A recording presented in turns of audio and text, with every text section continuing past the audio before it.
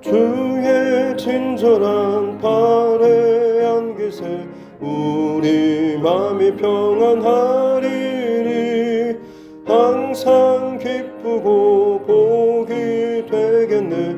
영원하신 발의 안기세 주의 발에 그 크신 발의 안기세 주의 발에 영원하신 발의 안기세 날이 갈수록 주의 사랑이 두루 광명하게 비치고 천성 가는 길 편히 가리니 영원하신 발의 안기세 주의 발에 그 크신 발의 안기세 주의 발에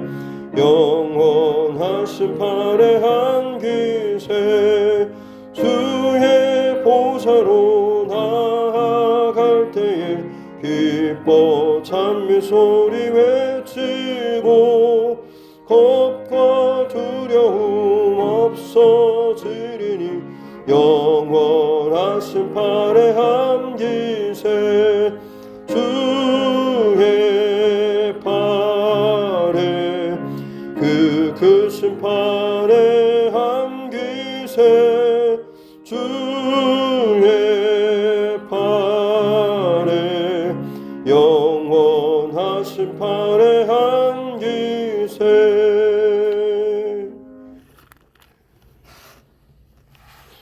찬송가 384장입니다. 찬송가 384장, 통합찬송 434장입니다. 찬송가 384장, 통합찬송 434장입니다.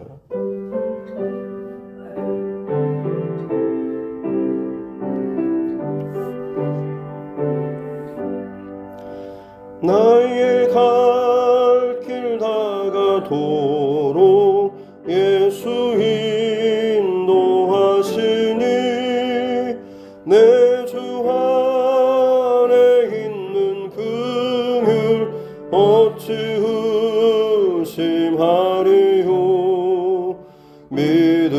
믿음으로 사는 자는 하늘 위로 받겠네. 무슨 일을 만나든지 만사형통하리라. 무슨 일을 만나든지 만사형통하리라. 나의 갈 길 다가도록 예수 인도하시니 어려운 일 당할 때도 족하늘에 주시네. 나는 심히 고단하고 영혼 매우 가라라. 나의 앞에 반석에서 샘물 나게 하시네. 나의 앞에 반석에서 샘물 나게 하시네. 나의 갈 길 다가도록 예수 인도하시니 그의 사랑 어찌 큰지 말로 할 수 없도다. 성령 감화 받은 영혼 하늘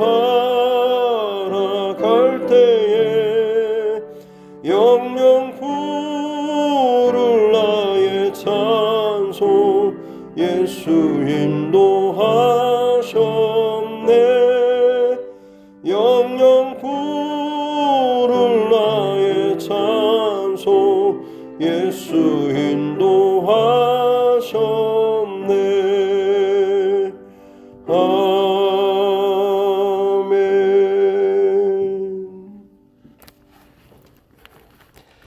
하나님 말씀 구약성경 이사야 19장입니다. 이사야서 19장 1절부터 15절 말씀입니다.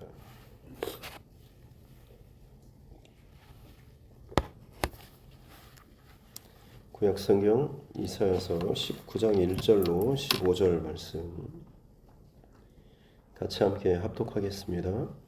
애굽에 관한 경고라. 보라, 여호와께서 빠른 구름을 타고 애굽에 임하시리니 애굽의 우상들이 그 앞에서 떨겠고 애굽인의 마음이 그 속에서 녹으리로다.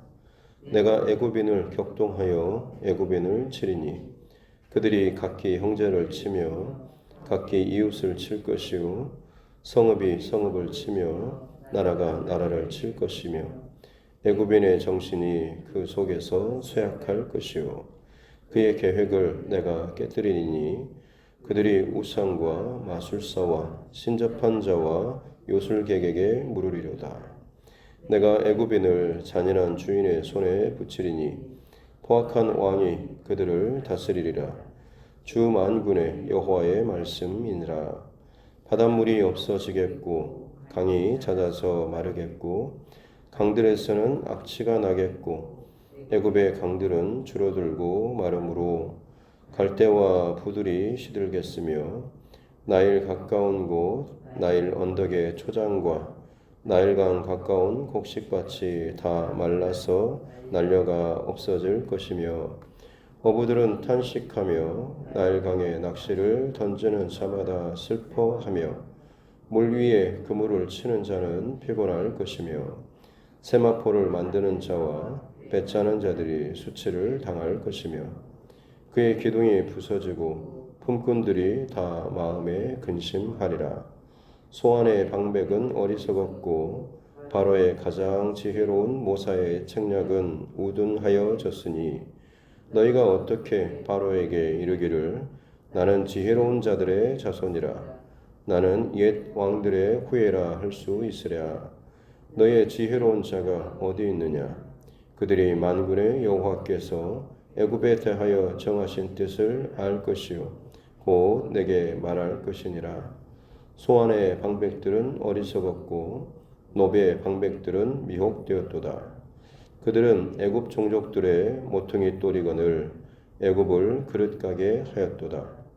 여호와께서 그 가운데 어지러운 마음을 섞으셨으므로 그들이 애굽을 매사에 잘못 가게 함이 취한 자가 토하면서 비틀거림 같게 하였으니 애굽에서 머리나 꼬리며 종려나무 가지나 갈대가 아무 할 일이 없으리라. 아멘. 가슴에 손을 얹고 함께 따라 선포하겠습니다. 하나님은 나를 사랑하십니다. 나는 그 사랑 안에 있습니다. 하나님께서 오늘 나에게 말씀하실 것입니다. 나의 마음은 하나님을 향해 열려 있습니다. 아멘. 오늘은 유다를 둘러싸고 있는 주변 국가들 가운데 애굽입니다. 애굽은 참 이스라엘과 많은 관계를 맺고 있는 나라입니다. 그래서 1절 말씀에 보면 여호와께서 빠른 구름을 타고 애굽에 임하실 것이다 라고 빠른 구름 앞서서 다른 주변 나라들에 대해서도 하룻밤 그리고 저녁 아침이 되면서 저들에게 심판이 내리는 것처럼 하나님의 징계와 심판이 애굽이라고 하는 당시에 어떻게 보면 북쪽에 아수르나 그리고 바벨론 같은 거대 민족 나라들 있다고 한다면 남방에 있어서 가장 강력한 힘, 세력, 제국이 바로 이 애굽일 것입니다. 그 거대한 나라조차도 하나님께서 빠르게 심판하시고 또 징계하실 것이다 라는 그런 말씀인데요. 그때에 하나님께서 임하실 때에 애굽의 모든 우상들이 떨고 또 애굽인의 마음이 그 속에서 녹을 것이다. 하나님의 그 징계와 심판으로 인해서 애굽 온 땅을 스스로 지켜준다고 생각했던 그 우상들이 다 끊어지고 부서지고 쪼개지고 또 그것을 의지했던 이 애굽인들의 마음이 전혀 그 우상들로 인해서 평안이나 혹은 어떤 것을 보장받을 수 없기 때문에 그 마음이 녹는다, 두려워 떤다라고 하는 그런 표현을 하고 있는 거죠. 그래서 하나님께서 이 애굽을 치시는 방법이 특별히 세 가지 정도로 나오고 있는데, 먼저 2절부터 말씀은 바로 스스로 내분이 일어나는, 내적으로 여러 가지 혼동이 일어나는 그런 상황을 하나님께서 만드시죠. 그래서 2절에 내가 애굽인을 격동해서 애굽인을 치게 하겠다. 다른 스스로가 다른 사람들로 인해서 혼란이 야기되는 것이 아니라 스스로 내분이 일어나는 거죠. 사실 나라나 공동체나 조직이나 가정이나 마찬가지죠. 깨지거나 혹은 문제가 생기는 사실 가장 근본적인 원인은 밖에서의 어떤 강력한 어떤 공격이나 문제 상황보다는 내부의 문제, 서로 하나 되지 못하고 연합하지 못하고 이해하지 못하고 감싸주지 못하는 내부의 어떤 그런 부딪힘이나 나누는 이 일로 인해서 사실은 다 망하게 되죠. 거대한 로마 제국도 그렇고 대부분의 나라들도 다 마찬가지로 내부의 반란이나 내부의 어떤 분열 이로 인해서 순식간에 거대한 그 제국이 망하는 일들이 참 많이 역사적으로 있었습니다. 애굽도 마찬가지라고 하는 거죠. 하나님께서 첫 번째로 애굽을 파멸로 몰아가시는 방법 가운데 하나가 내분을 일으키는 겁니다. 그래서 애굽인이 애굽인을 치고 각기 형제를, 이웃을, 성읍들이, 나라들이 서로 부딪히는, 세력들이 부딪히는 일들을 만들겠다라고 하는 거죠. 그래서 3절에 애굽인의 정신이 쇠약할 것이다. 그들의 여러 가지 생각하는 마음들이 약해져서 나름대로 남방의 제국이라고 스스로 자부했던 그들의 마음, 그런 당당함, 혹은 이것에 대해서 하나님께서 길을 꺾어 놓겠다라고 하는 거죠. 너희를 더 이상 스스로 자랑하거나 자부심을 느낄 만한 것을 없게 만들어 버리겠다라고 하는 겁니다. 그래서 하나님께서 이 애굽의 모든 계획, 생각 이것들 다 깨뜨려 버리니까 그들이 스스로 자부했던 내가 이런 부분에 있어서는 내가 최고야, 탁월해라고 생각했는데 그게 먹히지 않으니까 불안하고 염려스러워서 결국엔 찾게 되는 것이 우상과 3절 끝에 나오는 것처럼 우상과 마술사, 신접한 자, 요술객 이런 것들에게 찾아가서 묻는다라고 하는 거죠. 우리도 마찬가지일 것입니다. 내가 생각하는 그리고 내가 지금까지 경험해왔던 내가 나름대로 내 인생의 베이스로 혹은 근간으로 삼을 수 있는 것들 이것이 어떻게 보면 다른 새로운 상황들을 마주치거나 새로운 일을 접할 때에 풀어가는 하나의 소스가 될 수 있습니다. 근데 그것이 전혀 소용이 없는 상황이 벌어질 때 내가 지금까지 경험한 바에 의하면 내가 지금까지 배운 바에 의하면 이 상황에서는 이렇게 하면 풀어질 것 같은데 라고 해서 그런 시도를 해보는데 안 되죠. 혹은 주변의 사람들을 통해서도 지혜를 얻어서 이렇게 또 다른 것도 해보는데 그것도 안 될 경우 어떤 질병에 걸렸는데 누가 이것이 용하다고 해서 그것도 써보고 저쪽 병원이 용하다고 해서 저쪽으로 가보고 사방으로 가보고 시도해보는데 전혀 이 모든 게 먹히지 않을 때 민간요법부터 시작해서 가장 내놓으라 하는 그런 전문 병원이나 의원을 찾아도 전혀 그것이 통하지 않을 경우에 그때 사람들이 극단적인 상황에 내몰릴 때 찾는 방법이 바로 마지막에는 바로 이런 우상, 마술사, 신접한 자, 요술객. 그래서 밖에 있는 사람, 제3자가 봤을 때는 어떻게 저런 어리석은 선택을 할까? 어떻게 저런 사람들한테 가서까지 저렇게 매달릴까? 그래서 극단적인 상황으로 몰린 사람들이 이상한 이단이라든지 혹은 무슨 교주 무슨 집단에 빠져가지고 거기에 열광하는 그 이유가 바로 거기입니다. 내 할 수 있는 것을 다 시도해봤는데 더 이상 답이 없을 때 그들은 어떻게 보면 현실과 떨어진 현실에 기반하지 않는 왠지 또 이상에 속한 기적적인 어떤 것들을 자기 안에 부어줘가지고 순식간에 자기 문제를 해결해 줄 수 있을 만한 그런 어떤 것들을 찾게 되는 거죠. 그러다 보면 사실 결국에는 더 망가지고 더 죽음의 길로 파멸의 길로 갈 수밖에 없는데 하나님께서 그렇게 몰아가신다라고 하는 거죠. 네 분을 일으키고 그리고 그들이 자랑했던 그동안에 자랑했던 모든 것들을 다 쓸모없게 만들므로 말미암아서 자신들이 지탱했던 그 땅과 같은 것으로부터 발을 띄워버리니까 허공에서 뭘 할지 모를 그 불안한 마음 때문에 어리석은 것을 의지하게 되는 그런 것입니다. 그리고 그 불안한 때에 4절에 보니까 잔인한 주인의 손에 포악한 왕에 혼란스러울수록 독재자가 등장하게 되는 거죠. 그래서 이 애굽을 그처럼 하나님께서 혼란 가운데 밀어 넣으실 것이다 라고 하는 것입니다. 그리고 두 번째로 애굽을 심판하시는 방법이 바로 경제적인 심판입니다. 5절부터 보면 바닷물, 강물, 특히 나일강 같은 경우는 수천 킬로에 달할 정도로 거대한 그 강줄기가 흐르는데 대부분 강의 어떤 지류들이 이렇게 섞이는데 나일강은 1000km가 넘는 그 강을 흘러오는데 다른 지류가 없다고 합니다. 그만큼 이 강물 하나만으로도 모든 것을 커버하고 흘러갈 정도로 참 대단한. 그래서 어떻게 보면 4대 문명의 발상지가 이 나일강에서 그곳 가운데 한 가지가 생겼다고 할 정도로 대단한 강의 역할을 하고 있는 거죠. 그래서 그 강 주변에 강에서뿐만 아니라 강에서 물고기도 잡고 강이 넘침으로 인해서 주변에 토사물과 여러 가지 농사짓기에 좋은 이런 것들이 많이 있으니까 농사도 잘 되고 또 물이 많으니까 끌어다가 밭이나 과수원이나 뭐 이런 작물 농장도 마찬가지로 다 잘 되죠. 그래서 어떻게 보면 나일강은 애굽에 있어서 애굽을 관통하는 그 어머니의 젖줄과도 같은 것이죠.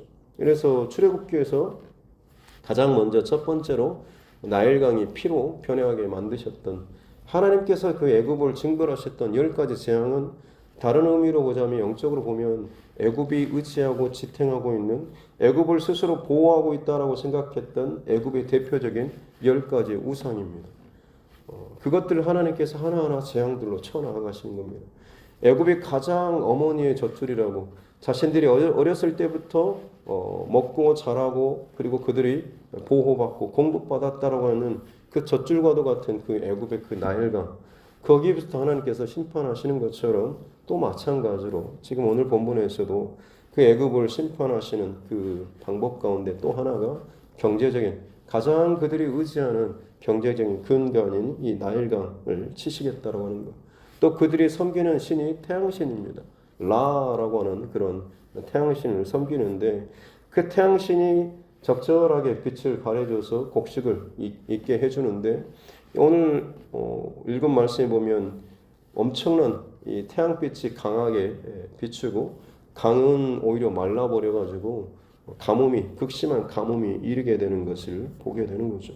바닷물이 없어지고 강도 말라버리고 그래서 그 강에서 악취가 나서 거기에서 자라는 모든 식물들이 다 말라서 죽어버리죠. 실제로 보면 나일강 가까운 곳에 그곳에 물이 넘쳐났으니까 초장이라든지 많은 온갖 과실들이 있었는데 그조차도 이제 다 없어지니까 곡식밭이 농사짓던 그 밭이 이제는 다 말라가지고 먼지가 돼서 그냥 먼지 날리는 마치 사막으로 변해버린 것처럼 이 일들이 벌어지게 될 것이고 또 8절에서 그곳에서 낚시하던 고기 잡던 어부들도 물이 말라버리니까 탄식하고 울고 또 9절에 세마포 만들고 배 짜는 자들 그 나일강의 그 풍부한 물로 인해서 제2차 뭐 나무라든지 이런 걸 해서 거기에서 여러 가지 2차 산업 필요한 것들을 또 재배하고 뭐 직무를 짜고 했던 이 모든 산업조차도 다 불가능하게 되어버리는 일들이 벌어지게 되는 거죠. 그들의 가장 경제적인 밑바탕에 하나님께서 그것을 쳐버리시는 거예요. 그들이 그처럼 자신들이 보호받고 있다고 공급받는다고 생각했던 가장 원천이 되는 태양 그리고 나일강 이 두 가지로 인해서 그들은 오히려 가장 피폐하고 두려운 경제적인 지금 어려움을 당하게 되는 것입니다. 또 세 번째가 바로 11절부터 나오는 소환의 방백들 정치적인 혼란을 지금 하나님께서 이 애굽을 치시는 데 있어서 사용하시는 거죠. 소환의 방백 그리고 13절에 보면 이 소환의 방백들과 노베 방백들 바로 애굽의 대표적인 정치 어떤 도시 정치 1번지 하면 이 도시가 떠오를 정도로 그곳에서 많은 정치가들 혹은 왕 그리고 방백들, 대관들 이런 사람들이 출신인 이 도시들이 바로 이 소안 그리고 놉입니다. 그만큼 정치적으로 머리가 잘 돌아가는 사람들이니까 굉장히 똑똑하겠죠. 그리고 그 나라의 어떤 경제라든지 다른 나라의 외교 문제까지 다 아우를 정도면 얼마나 대대손손 똑똑하고 지혜롭고 전략을 짜낼 만한 사람들이 많았겠습니까? 근데 바로 그 사람들이 하나님께서 어리석게 바보처럼 미혹되게 만들어 버리겠다라고 하는 거죠. 그래서 그들이 오랜 세월 동안 수백 년 아니 천년이 넘는 시간 동안 이 애굽의 모든 것들을 끌어오고 대안을 제시하고 방향을 제시했는데 결국 그들이 이 하나님께서 그들을 어리석게 혹은 미혹되게 만들어 버리니까 그들의 선택과 결정과 제안, 방향 제시가 뭐냐면 14절 끝에 나오는 것처럼 취한 자가 토하면서 비틀거린 것이 자기도 어떻게 걸어갈 길도 모른 채 비틀거리면서 아내 거를 토해내면서 이렇게 방향을 제시하는 그러니 그것을 따라가는 애굽 전체의 나라 방향 이 모든 것이 다 망가지고 흐트러질 수밖에 없죠. 그래서 15절에 머리나 꼬리 종려나무 가지 갈대가 아무 할 일이 없다. 애굽이 더 이상 어떤 머리로서의 역할도 꼬리로서의 역할도 어떤 이런 모든 역할을 그동안은 그들이 이것들 다 감당했다고 자랑을 했는데 전혀 애굽은 더 이상 이런 역할을 감당하지 못할 나라가 될 것이다 라고 하는 겁니다. 이 배경이 뭡니까? 이스라엘 이 남유다가 지금 북쪽의 그 아수르에 계속 밀고 내려오는 이 세력으로 인해서 갈등이 생기는 거죠. 어제 살펴봤던 그 구스, 에디오피아가 지금 애굽 땅을 집어삼키고 나름대로 남방에 힘을 키우고 있는 상황이고 북쪽에서는 아수르가 밀고 내려오는 그래서 시리아와 그리고 북이스라엘이 지금 멸망당하고 유다가 남아 있습니다. 팔레스타인 주변에 블레셋이라든지 뭐 암몬 이런 나라들이 지금 있습니다. 서로 어떻게 보면 아수르에 대해서 반아수르 정책을 펼쳐야 하고 자기들로는 힘드니까 남방의 제왕이라고 할 만한 이 애굽을 등지고 함께 연합해서 지금 북방의 아수르를 대적해야 되는 그런 상황이죠. 어떻게 보면 이 이스라엘, 이 유다의 역사는 우리나라 역사하고 참 많이 모습이 비슷합니다. 우리는 중국과 미국 사이에 지금 껴서 눈치 보고 있지 않습니까? 마치 그런 것처럼 북방의 아수르, 남방의 애굽 양쪽 편에서 줄다리기를 편을 봐야 되죠. 괜히 한쪽에 잘못 섰다가 결국에는 반대쪽에서 밀고 와서 쳐버릴 수 있기 때문이죠. 근데 가장 많이 이스라엘의 역사 가운데 끊임없이 영향을 미쳤던 나라가 바로 애굽이죠. 항상 애굽을 돌아가고 애굽을 의지하고 애굽을 생각했던 그래서 지금 나라가 망하게 될 그 위기에 처했는데도 불구하고 애굽을 의지하자라고 하는 그런 남유다 안에 여러 가지 정치적인 의견들이 많이 있었던 겁니다. 근데 하나님께서 지금 이사야 선지자를 통해서 애굽에 대한 경고를 날리시면서 저 애굽은 너희가 의지할 대상이 아니다라고 말씀하고 있는 거죠.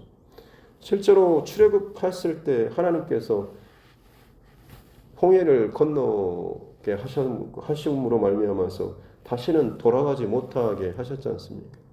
그래서 히브리라고 하는 그 히브리 단어 이브리라는 그런 어근에서부터 출발했는데 그 뜻이 뭐냐면 원래 그 뜻은 강을 건너는 자라는 뜻이 이브리라고 하는 뜻의 근본의 뜻이 있습니다. 그러니까 이스라엘 백성들, 히브리인들은 어떤 사람들이냐면 강을 건너는 사람들이라고 하는 거죠.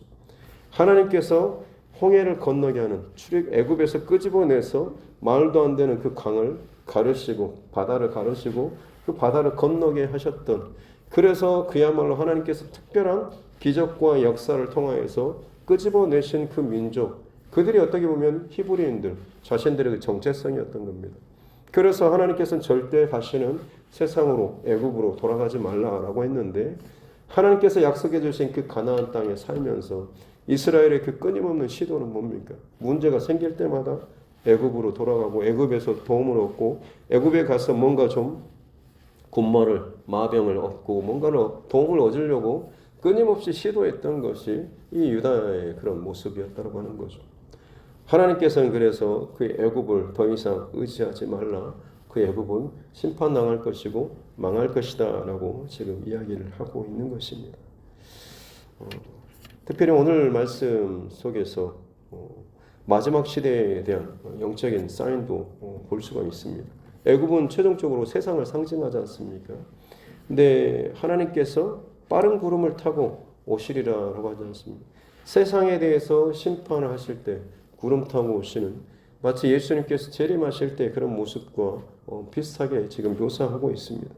그리고 그때 그 세상의 애굽의 상황이 뭐냐면 서로가 애굽이 애굽을 치는, 예수님께서 마지막 때에 일어날 일에 대해서 경고하셨죠. 나라와 나라가, 민족이 민족이 서로를 대적하고 싸우고 서로 하나 되지 못하고 사랑이 식고, 부모와 자식 간의, 아비와 또 아들 간의, 자녀와의 이런 서로 부딪히는, 서로 전쟁을 일으키고 싸우는 이런 일이 벌어질 것이다 라고 하는 것. 바로 그 상황들을 지금 오늘 이사야 선지자를 통해서도 또 볼 수가 있는 것이죠. 결국 메시지는 똑같습니다. 결코 이 혼란스럽고 혹은 부딪히는, 끊임없이 세상 마지막 때 일어나게 될 각자 간의 개인적인 혼란과 하나 되지 못하는 그 분열의 상황들, 혹은 경제적인 그 불안으로 인해서 사람들이 더 많이 다른 잘못된 선택을 할 수도 있고, 혹은 정치적인 혼란까지, 사방이 어떻게 보면 흔들리는 세상이기 때문에 의지할 곳이 없는데, 어찌하여 너희들은 또 다른 세상에서 나름대로 근거 없는 세상에 어떤 힘 있는 자, 돈 있는 자, 정치하는 자, 권력 있는 자를 의지할 것이 없다. 그들은 머리도 꼬리도 어떤 역할도 너희들에게 해줄 수 없다라고 하는 것을 이야기하고 있는 것이죠. 애굽이 흔들리는 것처럼 마찬가지로 세상의 모든 것들은 마지막 날까지 흔들릴 수밖에 없는 것. 그렇기 때문에 하나님의 백성들, 강을 건너는 자, 예수 그리스도로 말미암아서 복음 안에 새롭게 들어온 자, 예수 그리스도를 나의 구주로 고백하면서 그리스도 안에서 새로운 피조물이 된 너희들은 이제 더 이상 세상의 어떤 것을 의지하고 세상의 예전에 너희들이 습관적으로 그렇게 돌아갔던 그 자리로 돌아갈 것이 아니라, 환난과 근심과 두려운 일을 당할 때마다, 그것을 듣고 보게 될 때마다 두려운 마음을 가지고 또 세상을 의지할 것이 아니라 흔들리지 않는 이 모든 것을 주권자 되시는 하나님을 더 바라보고 그 하나님을 믿고 그 하나님이 약속하신 말씀 위에 굳건히 서서 마지막 날 더욱더 깨어서 기도하며 그날을 준비하라라는 그 말씀을 저와 여러분들이 하고 있는 줄로 믿습니다. 오늘 이 하루를 또 살아가는 동안에 결국 저 세상에는 내 의지할 것이 없다고 하는 것. 내가 의지하면 의지할수록 저 세상이 무너지고 펑크가 나고 혹은 구멍이 나고 쓸려갈 때 나 또한 마찬가지로 쓸려가서 흔들릴 수밖에 없다라고 하는 것. 저와 여러분들이 의지할 것은, 또 의지할 분은 오직 예수 그리스도, 또 하나님 한 분밖에 없는 줄로 믿습니다. 이 믿음 붙잡고 오늘도 삶의 자리에서 무슨 일이 있을 때마다 먼저 하나님 앞에 기도하며 지혜를 구하는 저와 여러분 모두가 될 수 있기를 주님의 이름으로 축복합니다. 기도하겠습니다. 하나님 아버지 감사합니다. 귀한 날 또 저희들을 또 깨워주시고 예배하게 하여 주시니 감사합니다. 주의 백성들에게 끊임없이 가장 가까운 곳에서 그들을 또 위로하는 척, 또 돕는 척, 또 함께하는 척 했지만 중요한 순간마다 발을 빼고 자기 자리로 돌아가 버렸던 그 애국, 세상에 대한 경고와 심판의 말씀 기억하게 도와주시옵소서. 마지막 때에 주께서 심판하러 오실 때에 이 땅의 모습이 결국에는 흔들리고 또 하나 되지 못하고 분열되고 서로 싸우고 나라와 민족과 서로 간의 가족 간의 공동체 안에 서로 사랑이 식은 채 자기를 사랑하며 부딪히는 일들이 벌어지게 될 것이고, 경제적인 혼란과 두려움으로 말미암아서 각곳 곳곳에서 탄식하며 슬퍼하며 또 우는 자들이 있을 것이며, 정치적으로 혼란스러워서 마치 술 취한 자가 이끄는 것처럼 이리저리 좌충우돌 따라간다고 따라가는데 순식간에 정권이 바뀌면 또다시 정반대의 것들을 소리치며 끄는 정말로 어리석은 이 혼란스러운 이 땅의 모습을 우리가 보게 하여 주시고, 그것을 볼 때마다 마음이 높고 두렵고 어떻게 하면 좋을까라고 하면서 그 순간 뭔가 나에게 도움을 줄 만한 세상의 누군가를 바라보고 의지하는 자가 아니라 항상 변함없이 태초로부터 마지막 그날까지 변함없는 회전하는 그림자도 없으신 영원하신 하나님 바라보며 기억하며 우리에게 허락하여 주신 예수 그리스도의 그 십자가를 통하여서 허락하여 주신 복음 곧 진리 생명 안에 더욱더 굳건하게 거하는 우리 모두 되게 하여 주시옵소서. 세상의 허탄한 것 극단으로 몰리면 몰릴수록 하나님께서 가장 싫어하시는 우상과 말술사와 신접한 자와 요술객과 무당들을 찾는 어리석은 선택이 아니라 오히려 더 분명하게 말씀 안에 은혜 안에 기도 안에 예배 안에 거하는 우리 사람들 되게 하여 주시옵소서. 감사드리며 거룩하신 우리 구주 예수님의 이름으로 기도드립니다. 아멘. 하늘에 계신 우리 아버지, 아버지의 이름을 거룩하게 하시며 아버지의 나라가 오게 하시며 아버지의 뜻이 하늘에서와 같이 땅에서도 이루어지게 하소서. 오늘 우리에게 일용할 양식을 주시고 우리가 우리에게 잘못한 사람을 용서하여 준 것 같이 우리 죄를 용서하여 주시고 우리를 시험에 빠지지 않게 하시고 악에서 구하소서. 나라와 권능과 영광이 영원히 아버지의 것입니다. 아멘. 주신 말씀 기억하시면서 교회와 죄송과 여러분 각자의 기도 제목과 이 나라 민족 코로나19 상황들 또 우리 다음 세대와 자녀들을 위해서 또 우리 환우들을 위해서도 또 우리 교회 정책공사와 또 진행되는 여러 가지 양육과 훈련 또 영적인 체계와 질서를 위해서도 또 우리 선교지를 위해서도 같이 함께 기도하도록 하겠습니다. 존귀하신 아버지 하나님 감사합니다. 하나님께서 우리를 사랑하시고 귀한 생명의 시간 가운데 깨워주셔서 주님을 예배하시고 은혜를 주시니 감사합니다. 주 안에 더 깊이 거하는 우리 삶 되게 해주시옵소서. 내 힘으로 생각하고 판단하고 또 뭔가를 결정한다고 하지만 사실 그 안에 또 두렵고 염려스러운 일들이 참 많이 있습니다. 내가 참 지혜로운 것처럼 참 많은 인생의 경험과 노하우를 가지고 있는 것처럼 여겨지지만 내가 감당하지 못한 경험하지 못한 이 코로나 팬데믹과 같은 상황 앞에서 우리가 자랑하던 그 모든 것들이 얼마나 허무하고 얼마나 속수무책으로 얼마나 아무것도 대응이 되지 못하는 참 불안하고 염려스러운 상황이 벌어지는지 마지막 때가 가까울수록 기존에 우리가 자랑하던 그 모든 자랑들이 아무 소용이 없을 만큼 극단적으로 우리를 두려움으로 몰아가는 상황들이 더 많이 더 자주 일어날 것인데 주님 그때마다 우리가 하나님 두려워서 숨고 움직이지도 못하고 그저 갇혀진 채로 감옥에 갇힌 자처럼 시간을 지내면서 살고 있으면 않습니다. 코로나라고 하는 상황 속에서 벌써 2년이 지났는데 내 신앙이 혹은 내 믿음이 정말로 내 육신의 안전보다 혹은 내 영적인 그 안전이 얼마나 보장되고 지켜지고 또 그것을 유지해 왔는지 또 다른 수많은 또 일들이 또 불안한 사건들이 또 일어날 것인데 내 경험과 내 상황과 혹은 내 판단을 벗어날 더 크고 비밀한 일이 더 많이 일어날 것이고 사단 마귀로 말미암아서 혹은 하나님께서 세상을 흔드시는 그 수많은 일들이 많이 일어날 것인데 그때마다 하나님 우리는 또다시 멈추고 또다시 숨고 또다시 불안해하고 또다시 두려워하면서 아무것도 하지 못한 채 이것도 못한 채 저것도 못한 채 이러면 걱정되고 저러면 걱정되고 자꾸 염려와 두려움 때문에 진짜 내 마음이 녹아져 내리고 믿음 안에 거하는 그런 삶은 그런 믿음의 고백들은 마치 저 멀리 떨어진 것처럼 더 격리되고 더 멀어지는 삶을 살고 있지는 않는지 이 한 번의 코로나 팬데믹으로 말미암아서 온 세계 안에 정치적으로 종교적으로 혹은 군사적으로 정말로 많은 일들이 벌어지고 있습니다. 나라와 민족 간에 더더욱 분란하고 전쟁하고 싸우는 일들이 선이 더욱더 분명해졌습니다. 사랑이 식어졌고 정치적으로 더 어수선해졌고 경제적으로도 하나님 온 세상이 그야말로 마이너스 성장에 이를 정도로 이 코로나19로 말미암아서 세계가 뒤집어져 버리는 흔들리는 일이 발생했는데 앞으로 또다시 더 크고 더 많은 일들 더 충격적인 사건들이 벌어질 때마다 하나님 온 세계가 얼마나 더 많은 두려움과 염려와 사망과 죽음 가운데 사로잡히면서 이 일을 어떻게 지나가야 하는지 주님 이 땅에 소망이 없음을 보게 하여 주시옵소서.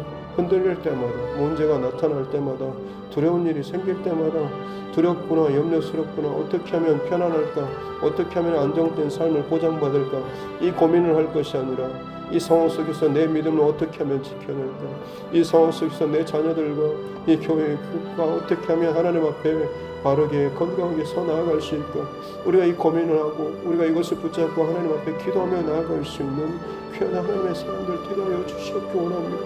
아무리 세상적인 방법으로 세상 가운데 든든하게 하나님 우리가 대단한 그런 경제력을 갖추고 대단한 세상의 부와 명예를 갖춘다고 할지라도 결국 세상이 다 심판당하고 다 쓸려갈 때 그 모든 것들을 허무하게 사라져버릴 그런 허무의 그 근거를 두고 있을 수밖에 없습니다.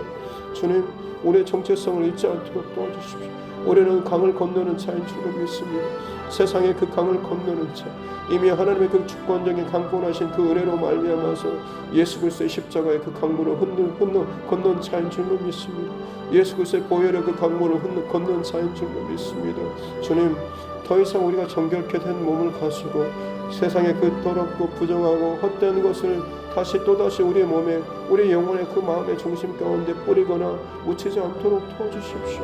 이미 우리에게 충분한 것들을 주님께서는 공급하시고 생명을 공급하시고 생명 안에 은혜 안에 거할 수 있도록 우리를 붙잡고 계시는데 하나님, 우리가 그 하나님께 더 집중하며 기도하며 바라보기보다는 어찌하여 나의 그 얄팍한 말도 안 되는 그 거짓된 그 두려운 그 불안한 그 세상 것을 또다시 찾고 의지하면서 또 그것을 해먹고 다니고 또 그 소리에 우리가 이처럼 민감하게 반응하고 있는지 살아계신 하나님께 민감하게 반응할 수 있도록 기도로 깨어있는 자 되게 하여 주시옵기 원합니다.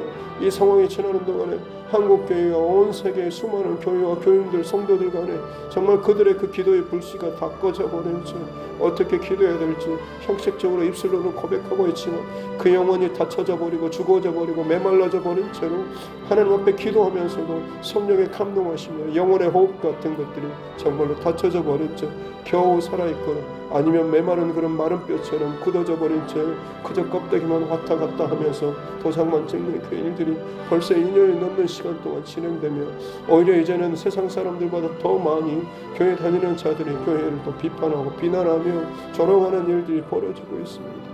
아버지 하나님, 안타까운 약하고 억울한 세대 가운데 벌어지는 이 모든 일들 가운데 주님의 백성들 깨어 일어나게 도와주십시오. 아버지의 마음을 놓치지 않도록 도와주십시오. 특별히 하나님이 두드림 교회를 하나님 벌써 또 창립 1주년을 지났습니다. 하나님께서 특별한 계획하신 요 섭리 가운데 우리를 이곳에 또 세워주시고 불러주시고 하나 되게 하여 주신 줄로 믿습니다. 그저 단순히 사람의 생각과 마음으로 모인 것이 아니라 반드시 모든 것의 출발은 오직 하나님의 성령의 감동하심으로 말미암아서 울림으로 말미암아 시작된 줄로 믿사오니 우리가 이곳에서 더욱더 성령의 감동하심을 쫓아서 기도하며 힘쓰며 있으며 봉사하고 섬기고 정말 이 마지막 시대 가운데 건강한 교회로서 하나님께서 기뻐하실 그 교회 공동체로서 세워나가게 도와주시고 이 울타리 안에서 살아가는 각 가정에 또한 우리 성도님들의 모든 우리 가정과 자녀들 가운데 은혜의 불길이 하나님 떠나지 않도록 은혜의 손길이 떠나지 않도록 하나님 항상 보호하시고 지키시고 함께하여 주시옵기 원합니다. 각자 흩어진 세상에서의 그 자리가 있지만 하나님의 백성들은 반드시 하나님께서 하나님의 방법으로 보호하시며 인도하시고 함께 하시는 줄로 믿습니다. 때로는 내가 감사의 고백이 저절로 나오는 상황이 있다고 할지라도 혹은 내가 지금 사망의 음침한 굴절기를 지난다고 할지라도 하나님의 그 손길은 여전히 언제나 어느 때나 나를 지키고 보호하시고 감싸고 인도하고 계시는 줄로 믿습니다. 비틀거리는 세상의 지혜자들, 세상의 그 위정자들의 그 소리 때문에 이리저리 좌충우돌하면서 두려워하고 떨리고 어떻게 해야 되나라고는 그런 고민만, 그런 한탄만 할 것이 아니라 오히려 하나님의 음성과 하나님의 소리를 듣게 해주시고 하나님의 마음을 알게 해주시기 원합니다. 강권적으로 붙드시고 지키고 보호하시는 하나님, 강조차도 바다조차도 열으시고 길을 내셨던 그 하나님께서 마지막 때에도 마찬가지로 하나님의 방법대로 하나님의 백성들을 지키고 보호하시며 인도하시며 저들의 모든 필요를 채우시고 저들을 하나님께서 하나님의 귀한 그 일 가운데 그 자리 가운데 세워주셔서 이 마지막 때 가운데 그 백성들이 마땅히 해야 될 그 일들을 능히 감당하면서 주님 오실 그 길을 예비하며 준비하는